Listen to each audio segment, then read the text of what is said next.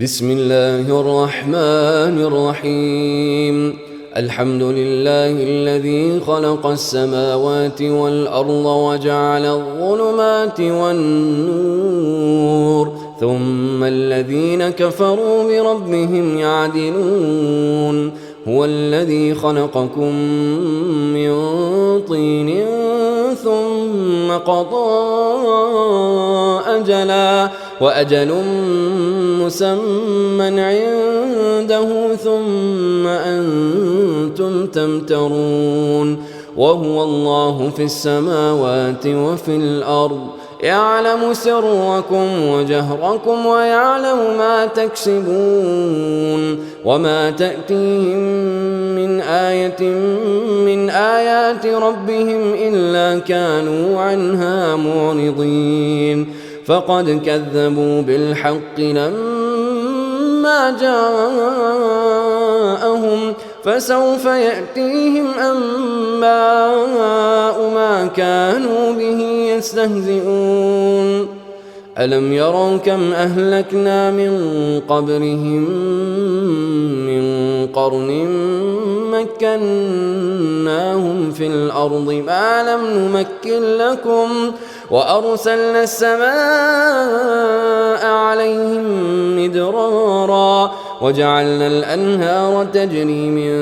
تحتهم فأهلكناهم بذنوبهم وأنشأنا من بعدهم قرنا آخرين. ولو نزلنا عليك كتابا في قرطاس فلمسوه بأيديهم لقال الذين كفروا إن هذا إلا سحر مبين. وقالوا لولا أنزل عليه ملك ولو أنزلنا ملكا لقضي الأمر ثم لا ينظرون. ولو جعلناه ملكا لجعلناه رجلا وللبسنا عليهم ما يلبسون. ولقد استهزئ برسل من قبلك فحاق بالذين سخروا منهم ما كانوا به يستهزئون. قل سيروا في الأرض ثم انظروا كيف كان عاقبة المكذبين. قل لمن ما في السماوات والأرض قل لله كتب على نفسه الرحمة ليجمعنكم إلى يوم القيامة لا ريب فيه الذين خسروا أنفسهم فهم لا يؤمنون. وله ما سكن في الليل والنهار وهو السميع العليم. قل أغير الله أتخذ وليا فاطر السماوات والأرض وهو يطعم ولا يطعم. قل إني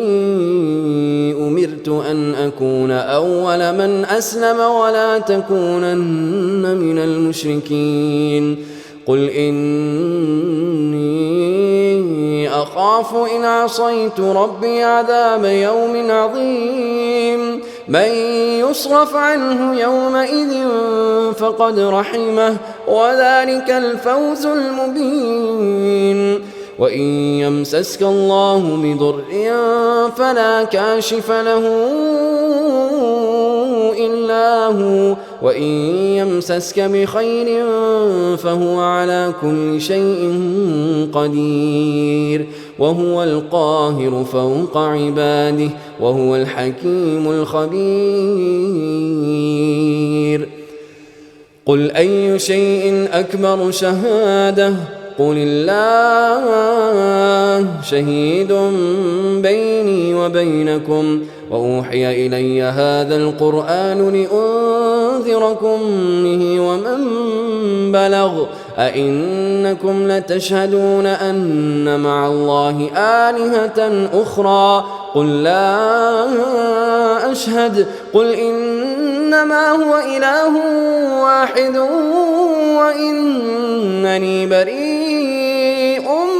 مما تشركون الذين آتيناهم الكتاب يعرفونه كما يعرفون أبناءهم الذين خسروا أنفسهم فهم لا يؤمنون ومن أظلم ممن افترى على الله كذبا أو كذب بآياته إنه لا يفلح الظالمون ويوم نحشرهم جميعا ثم نقول للذين أشركوا أين شركاؤكم الذين كنتم تزعمون ثم لم تكن فتنتهم إلا أن قالوا والله ربنا ما كنا مشركين انظر كيف كذبوا على أنفسهم وضل عنهم ما كانوا يفترون ومنهم من يستمع إليك وجعلنا على قلوبهم أكنة أن يفقهوه وفي آذانهم وقرا وإن يروا كل آية لا يؤمنوا بها حتى إذا جاءوك يجادلونك يقول الذين كفروا إن هذا إلا أساطير الأولين وهم ينهون عنه وينأون عنه وإن يهلكون إلا أنفسهم وما يشعرون ولو ترى إذ أوقفوا على النار فقالوا يا ليتنا نرد ولا نكذب بآيات ربنا ونكون من المؤمنين بل بدا لهم ما كانوا يخفون من قبل ولو ردوا لعادوا لما نهوا عنه وإنهم لكاذبون وقالوا إن هي إلا حياتنا الدنيا وما نحن بمبعوثين ولو ترى إذ وقفوا على ربهم قال أليس هذا بالحق قالوا بلى وربنا قال فذوقوا العذاب بما كنتم تكفرون قد خسر الذين كذبوا بلقاء الله حتى إذا جاءتهم الساعة بغتة قالوا يا حسرتنا على ما فرطنا فيها وهم يحملون أوزارهم على ظهورهم ألا ساء ما يزرون وما الحياة الدنيا إلا لعب وله وللدار الآخرة خير للذين يتقون أفلا تعقلون قد نعلم إنه ليحزنك الذي يقولون فإنهم لا يكذبونك ولكن الظالمين بآيات الله يجحدون ولقد كذبت رسل من قبلك فصبروا على ما كذبوا وأوذوا حتى أتاهم نصرنا ولا مبدل لكلمات الله ولقد جاءك من نبأ المرسلين وإن كان كبر عليك إعراضهم فإن استطعت أن تبتغي نفقا في الأرض أو سلما في السماء فتأتيهم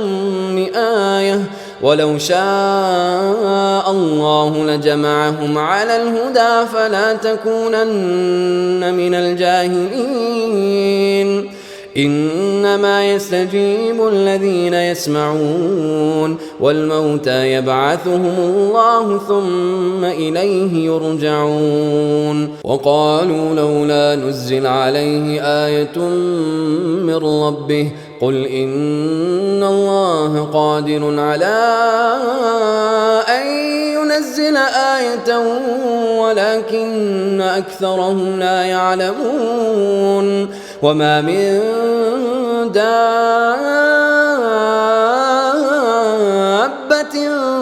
في الأرض ولا طائر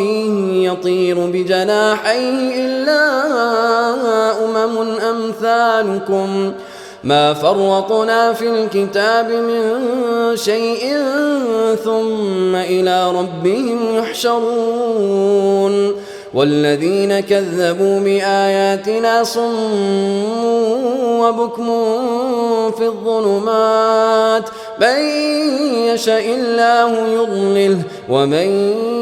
يشاء يجعله على صراط مستقيم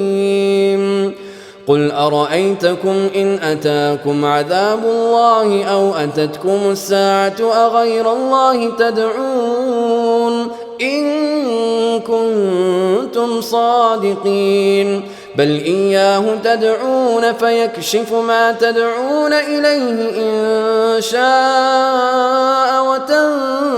وتنسون ما تشركون ولقد أرسلنا إلى من قبلك فأخذناهم بالبأساء والضراء لعلهم يتضرعون فلولا إذ جاءهم بأسنا تضرعوا ولكن قست قلوبهم وزين لهم الشيطان ما كانوا يعملون فلما نسوا ما ذكروا به فتحنا عليهم أبواب كل شيء حتى إذا فرحوا بما أوتوا أخذناهم بغتة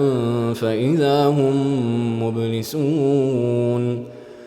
فقطع دابر القوم الذين ظلموا والحمد لله رب العالمين قل أرأيتم إن أخذ الله سمعكم وأبصاركم وختم على قلوبكم من إله غير الله يأتيكم به انظر كيف نصرف الآيات ثم هم يصدفون قل أرأيتكم إن أتاكم عذاب الله بغتة أو جهرة هل يهلك إلا القوم الظالمون وما نرسل المرسلين إلا مبشرين ومنذرين فمن آمن وأصلح فلا خوف عليهم ولا هم يحزنون والذين كذبوا بآياتنا يمسهم العذاب بما كانوا يفسقون قل لا أقول لكم عندي خزائن الله ولا أعلم الغيب ولا أقول لكم إني ملك إن أتبع إلا ما يوحى إلي قل هل يستوي الأعمى والبصير أفلا تتفكرون وأنذر به الذين يخافون أن يحشروا إلى ربهم ليس لهم من دونه ولي ولا شفيع لعلهم يتقون ولا تطرد الذين يدعون ربهم بالغداة والعشي يريدون وجهه ما عليك من حسابهم من شيء وما من حسابك عليهم من شيء فتطردهم فتكون من الظالمين وكذلك فتنا بعضهم ببعض ليقولوا أهؤلاء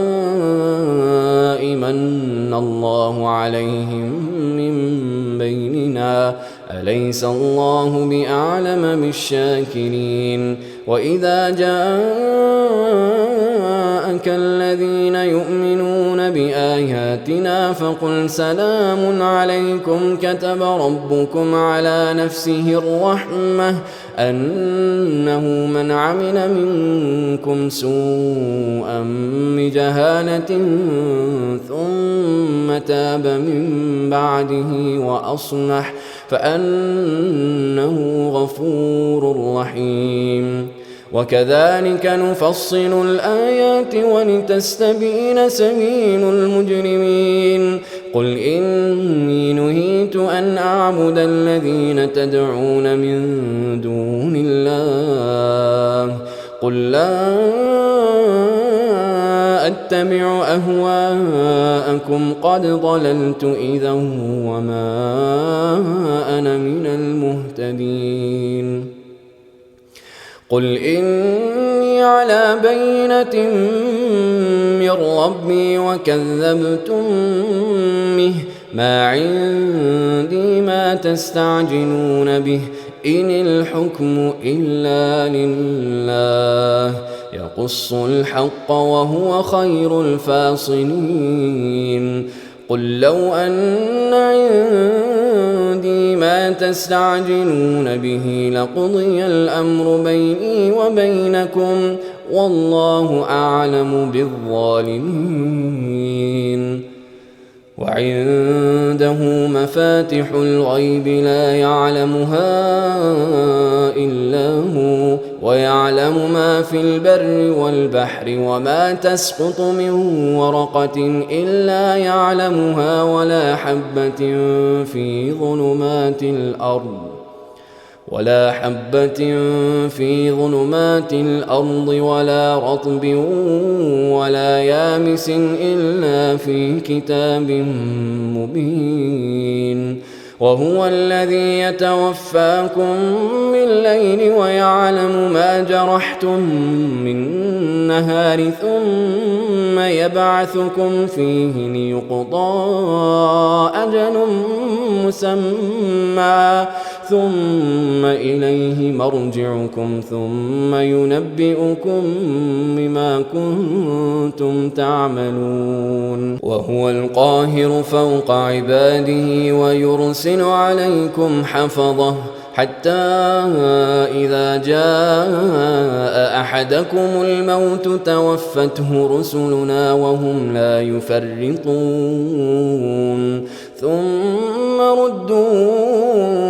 إلى الله مولاهم الحق ألا له الحكم وهو أسرع الحاسبين قل من ينجيكم من ظلمات البر والبحر تدعونه تضرعا وخفية لئن أنجانا من هذه لنكونن من الشاكرين قل الله ينجيكم منها ومن كل كرب ثم أنتم تشركون قل هو القادر على أن يبعث عليكم عذابا من فوقكم أو من تحت أرجلكم أو يلبسكم شيعا ويذيق بعضكم بأس بعض انظر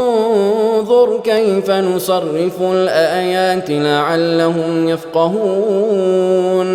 وكذب به قومك وهو الحق قل لست عليكم بوكيل لكل نبأ مستقر وسوف تعلمون وإذا رأيت الذين يخوضون في آياتنا فأعرض عنهم حتى يخوضوا في حديث غيره وإما ينسينك الشيطان فلا تقعد بعد الذكرى مع القوم الظالمين وما على الذين يتقون من حسابهم من شيء ولكن ذكرى لعلهم يتقون وذر الذين اتخذوا دينهم لعبا ولهوا وغرتهم الحياة الدنيا وذكر به أن تبسل نفس بما كسبت ليس لها من دون الله ولي ولا شفيع وإن تعدل كل عدل لا يؤخذ منها أولئك الذين أبسلوا بما كسبوا لهم شراب من حميم وعذاب أليم بما كانوا يكفرون قل أندعو من دون الله ما لا ينفعنا ولا يضرنا ونرد على أعقابنا بعد إذ هدانا الله كالذي استهوته الشياطين في الأرض حيران له أصحاب يدعونه إلى الهدى ائتنا قل إن هدى الله هو الهدى وأمرنا لنسلم لرب العالمين وأن أقيموا الصلاة واتقوه وهو الذي إليه تحشرون وهو الذي خلق السماوات والأرض بالحق ويوم يقول كن فيكون قوله الحق وله الملك يوم ينفخ في الصور عالم الغيب والشهادة وهو الحكيم الخبير وإذ قال إبراهيم لأبيه آزر أتتخذ أصناما آلهة إني أراك وقومك في ضلال مبين وكذلك نري إبراهيم ملكوت السماوات والأرض وليكون من الموقنين فلما جن عليه الليل رأى كوكبا قال هذا ربي فلما أفل قال لا أحب الآفلين فلما رأى القمر بازغا قال هذا ربي فلما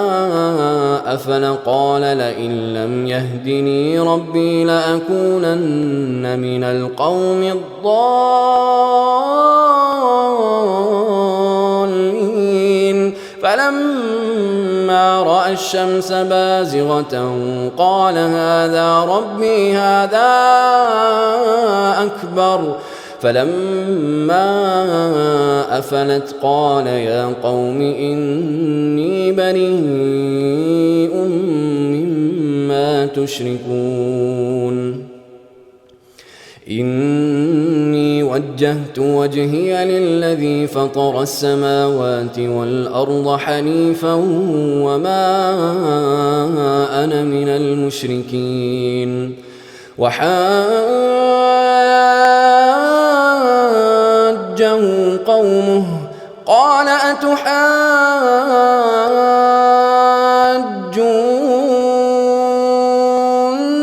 في الله وقد هدان ولا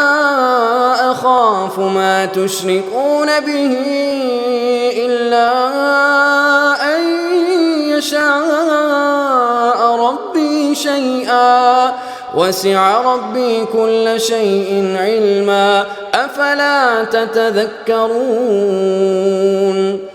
وكيف أخاف ما أشركتم ولا تخافون أنكم أشركتم بالله ما لم ينزل به عليكم سلطانا فأي الفريقين أحق بالأمن إن كنتم تعلمون الذين آمنوا ولم يلبسوا إيمانهم بظلم أولئك لهم الأمن وهم مهتدون وتلك حجتنا آتيناها إبراهيم على قومه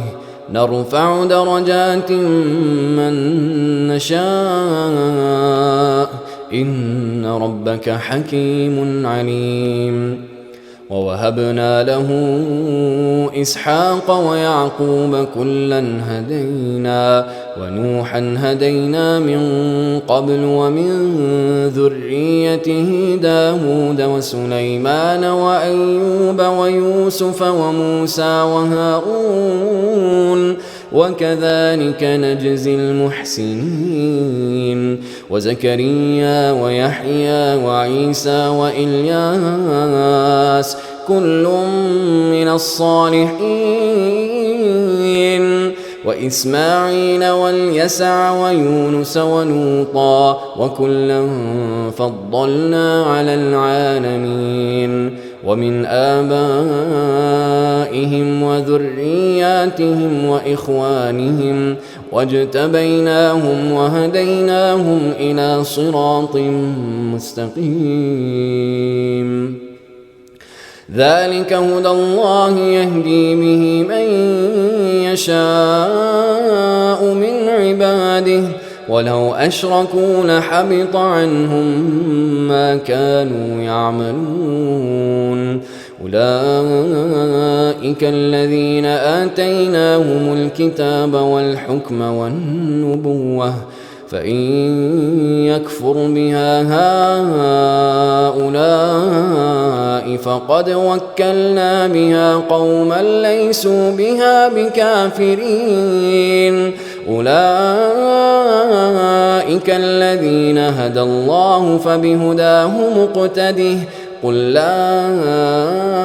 أسألكم عليه أجرا إن هو إلا ذكرى للعالمين وما قدروا الله حق قدره إذ قالوا ما أنزل الله على بشر من شيء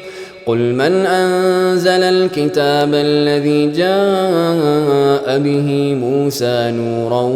وهدى للناس تجعلونه قراطيس تبدونها وتخفون كثيرا وعلمتم ما لم تعلموا أنتم ولا آباؤكم قل الله ثم ذرهم في خوضهم يلعبون وهذا كتاب أنزلناه مبارك مصدق الذي بين يديه ولتنذر أم القرى ومن حولها والذين يؤمنون بالآخرة يؤمنون به وهم على صلاتهم يحافظون ومن أظلم ممن افترى على الله كذبا أو قال أوحي إلي ولم يوح إليه شيء ومن قال سأنزل مثل ما أنزل الله ولو ترى إذ الظالمون في غمرات الموت والملائكة باسطوا أيديهم أخرجوا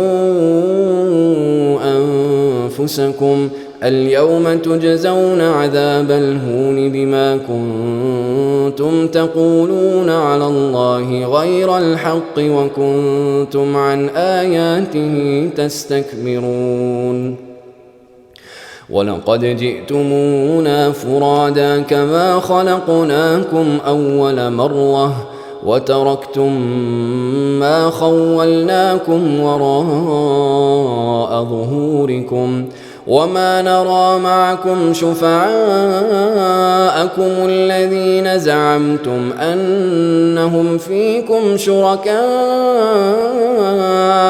لقد تقطع بينكم وضل عنكم ما كنتم تزعمون إن الله فالق الحب والنوى يخرج الحي من الميت ومخرج الميت من الحي ذلكم الله فأنى تؤفكون فالق الإصباح وجعل الليل سكنا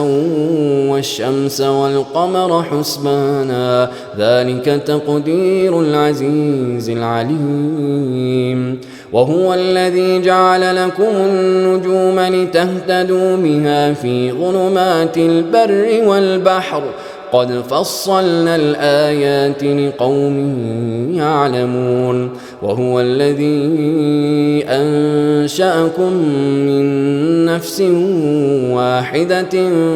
فمستقر ومستودع قد فصلنا الآيات لقوم يفقهون وهو الذي أنزل من السماء ماء فأخرجنا به نبات كل شيء فأخرجنا منه خضرا نخرج منه حبا متراكبا ومن النخل من طلعها قنوان دانية وجنات من أعناب والزيتون والرمان مشتبها وغير متشابه انظروا إلى ثمره إذا أثمر وينعه إن في ذلكم لآيات لقوم يؤمنون وجعلوا لله شركاء الجن وخلقهم وخرقوا له بنين وبنات بغير علم سبحانه وتعالى عما يصفون بديع السماوات والأرض أنى يكون له ولد ولم تكن له صاحبة وخلق كل شيء وهو بكل شيء عليم ذلكم الله ربكم لا إله إلا هو خالق كل شيء فاعبدوه وهو على كل شيء وكيل لا تدركه الأبصار وهو يدرك الأبصار وهو اللطيف الخبير قد جاءكم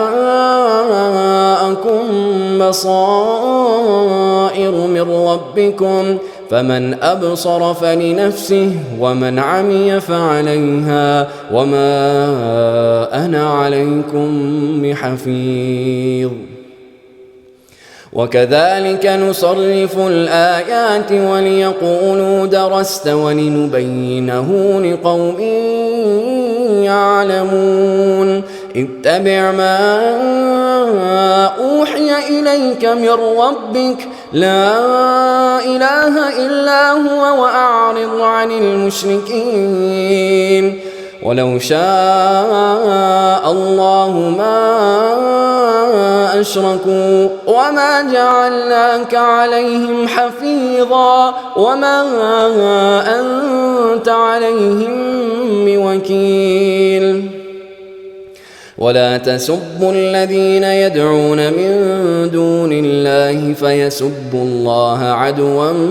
بغير علم كذلك زينا لكل أمة عملهم ثم إلى ربهم مرجعهم فينبئهم بما كانوا يعملون وأقسموا بالله جهد أيمانهم لئن جاءهم جاءتهم آية ليؤمنن بها قل إنما الآيات عند الله وما يشعركم أنها إذا جاءت لا يؤمنون ونقلب أفئدتهم وأبصارهم كما لم يؤمنوا به أول مرة ونذرهم في طغيانهم يعمهون ولو أننا نزلنا إليهم الملائكة وكلمهم الموتى وحشرنا عليهم كل شيء قبلا ما كانوا ليؤمنوا إلا أن يشاء الله ولكن أكثرهم يجهلون وكذلك جعلنا لكل نبي عدوا شياطين الإنس والجن يوحي بعضهم إلى بعض زخرف القول غرورا ولو شاء ربك ما فعلوه فذرهم وما يفترون ولتصغى إليه أفئدة الذين لا يؤمنون بالآخرة وليرضوه وليقترفوا ما هم مقترفون أفغير الله أبتغي حكما وهو الذي أنزل إليكم الكتاب مفصلا والذين آتيناهم الكتاب يعلمون أنه منزل من ربك بالحق فلا تكونن من الممترين وتمت كلمة ربك صدقا وعدلا لا مبدل لكلماته وهو السميع العليم وإن تطع أكثر من في الأرض يضلوك عن سبيل الله إن يتبعون إلا الظن وإن هم إلا يخرصون إن ربك هو أعلم من يضل عن سبيله وهو أعلم بالمهتدين فكلوا مما ذكر اسم الله عليه إن كنتم بآياته مؤمنين وما لكم ألا تأكلوا مما ذكر اسم الله عليه وقد فصل لكم ما حرم عليكم إلا ما اضطررتم إليه وإن كثيرا ليضلون بأهوائهم بغير علم إن ربك هو أعلم بالمعتدين وذروا ظاهر الإثم وباطنه إن الذين يكسبون الإثم سيجزون بما كانوا يقترفون ولا تأكلوا مما لم يذكر اسم الله عليه وإنه لفسق وإن الشياطين ليوحون إلى أوليائهم ليجادلوكم وإن أطعتموهم إنكم لمشركون أومن كان ميتا فأحييناه وجعلنا له نورا يمشي به في الناس كمن مثله في الظلمات ليس بخارج منها كذلك زين للكافرين ما كانوا يعملون وكذلك جعلنا في كل قرية أكابر مجرميها ليمكروا فيها وما يمكرون إلا بأنفسهم وما يشعرون وإذا جاءتهم آية قالوا لن نؤمن حتى نؤتى مثل ما أوتي رسل الله الله أعلم حيث يجعل رسالته سيصيب الذين أجرموا صغار عند الله وعذاب شديد بما كانوا يمكرون فمن يريد الله أن يهديه يشرح صدره للإسلام ومن يرد أن يضله يجعل صدره ضيقا حرجا كأنما يصعد في السماء كذلك يجعل الله الرجس على الذين لا يؤمنون وهذا صراط ربك مستقيما قد فصلنا الآيات لقوم يذكرون لهم دار السلام عند ربهم وهو وليهم بما كانوا يعملون ويوم يحشرهم جميعا يا معشر الجن قد استكثرتم من الإنس وقال أولياؤهم من الإنس ربنا استمتع بعضنا ببعض وبلغنا أجلنا الذي أجلت لنا قال النار مثواكم خالدين فيها إلا ما شاء الله إن ربك حكيم عليم وكذلك نولي بعض الظالمين بعضا بما كانوا يكسبون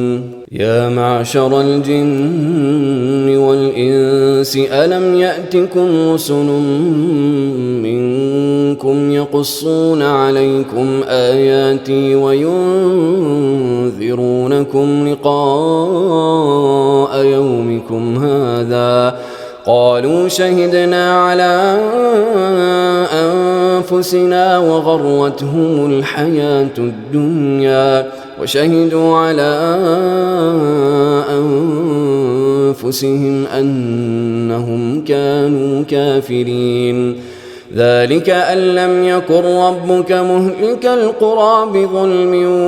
وأهلها غافلون ولكل درجات مما عملوا وما ربك بغافل عما يعملون وربك الغني ذو الرحمة إن يشأ يذهبكم ويستخلف من بعدكم ما يشاء كما أنشأكم من ذرية قوم آخرين إنما توعدون لآت وما أنتم بمعجزين قل يا قوم اعملوا على مكانتكم إني عامل فسوف تعلمون من تكون له عاقبة الدار إنه لا يفلح الظالمون وجعلوا لله مما ذرأ من الحرث والأنعام نصيبا فقالوا هذا لله بزعمهم وهذا لشركائنا فما كان لشركائهم فلا يصل إلى الله وما كان لله فهو يصل إلى شركائهم ساء ما يحكمون وكذلك زين لكثير من المشركين قتل أولادهم شركاؤهم ليردوهم وليلبسوا عليهم دينهم ولو شاء الله ما فعلوه فذرهم وما يفترون وقالوا هذه أنعام وحرث حجر لا يطعمها إلا من نشاء بزعمهم وأنعام حرمت ظهورها وأنعام لا يذكرون اسم الله عليها افتراء عليه سيجزيهم بما كانوا يفترون وقالوا ما في بطون هذه الأنعام خالصة لذكورنا ومحرم على أزواجنا وإن يكن ميتة فهم فيه شركاء سيجزيهم وصفهم إنه حكيم عليم قد خسر الذين قتلوا أولادهم سفها بغير علم وحرموا ما رزقهم الله افتراء على الله قد ضلوا وما كانوا مهتدين وهو الذي أنشأ جنات معروشات وغير معروشات والنخل والزرع مختلفا أكله والزيتون والرمان متشابها وغير متشابه كلوا من ثمره إذا أثمر وآتوا حقه يوم حصاده ولا تسرفوا إنه لا يحب المسرفين ومن الأنعام حمولة وفرشا كلوا مما رزقكم الله ولا تتبعوا خطوات الشيطان إنه لكم عدو مبين 8 أزواج من الضأن 2 ومن المعز 2 قل الذكرين حرم أم الأنثيين أما اشتملت عليه أرحام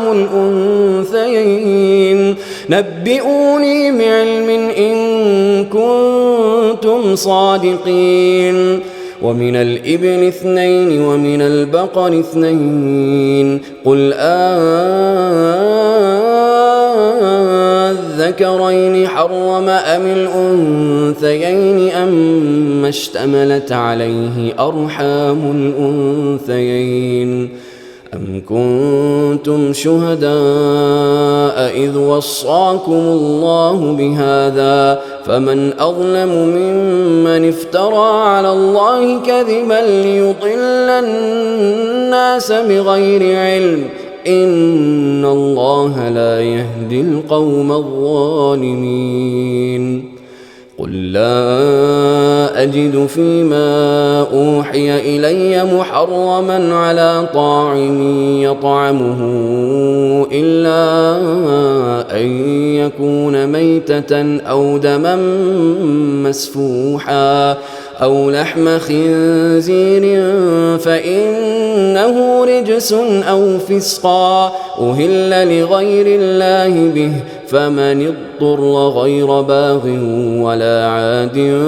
فإن ربك غفور رحيم وعلى الذين هادوا حرمنا كل ذي ظفر ومن البقر والغنم حرمنا عليهم شحومهما إلا ما حملت ظهورهما أو الحوايا أو ما اختلط بعظم ذلك جزيناهم ببغيهم وإنا لصادقون فإن كذبوك فقل ربكم ذو رحمة واسعة ولا يرد بأسه عن القوم المجرمين سيقول الذين أشركوا لو شاء الله ما أشركنا ولا آباؤنا ولا حرمنا من شيء كذلك كذب الذين من قبلهم حتى ذاقوا بأسنا قل هل عندكم من علم فتخرجوه لنا إن تتبعون إلا الظن وإن أنتم إلا تخرصون قل فلله الحجة البالغة فلو شاء لهداكم أجمعين قل هلم شهداءكم الذين يشهدون أن الله حرم هذا فإن شهدوا فلا تشهد معهم ولا تتبع أهواء الذين كذبوا بآياتنا والذين لا يؤمنون بالآخرة وهم بربهم يعدلون قل تعالوا أتل ما حرم ربكم عليكم ألا تشركوا به شيئا وبالوالدين إحسانا ولا تقتلوا أولادكم من إملاق نحن نرزقكم وإياهم ولا تقربوا الفواحش ما ظهر منها وما بطن ولا تقتلوا النفس التي حرم الله إلا بالحق ذلكم وصاكم به لعلكم تعقلون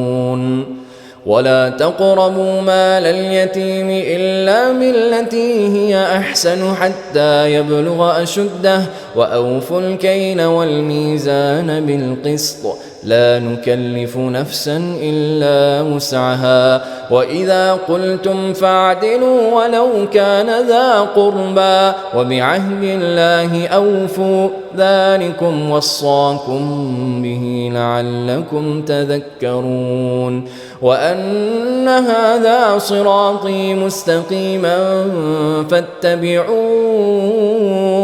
ولا تتبعوا السبل فتفرق بكم عن سبيله ذلكم وصاكم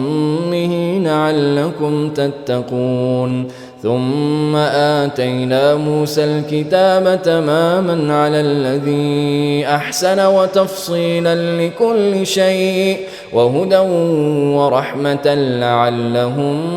بلقاء ربهم يؤمنون وهذا كتاب أنزلناه مبارك فاتبعوه واتقوا لعلكم ترحمون أن تقولوا إنما أنزل الكتاب على طائفتين من قبلنا وإن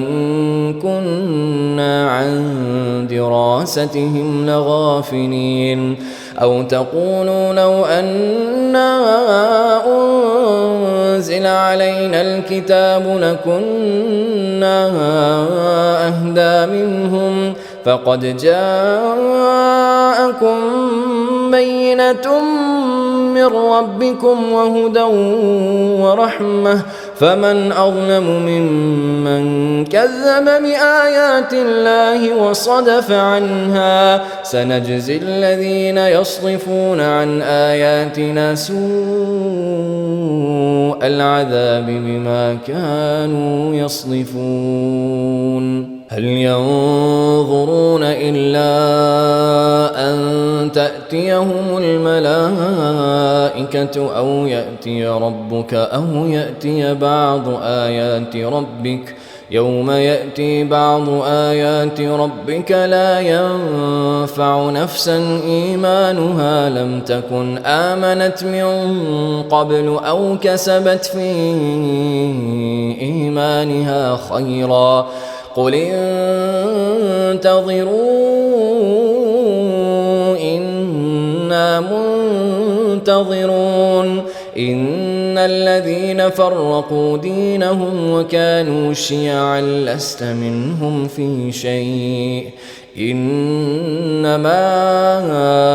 أمرهم إلى الله ثم ينبئهم بما كانوا يفعلون من جاء بالحسنة فله عشر أمثالها ومن جاء بالسيئة فلا يجزى إلا مثلها وهم لا يظلمون قل إنني هداني ربي إلى صراط مستقيم دينا قيما ملة إبراهيم حنيفا وما كان من المشركين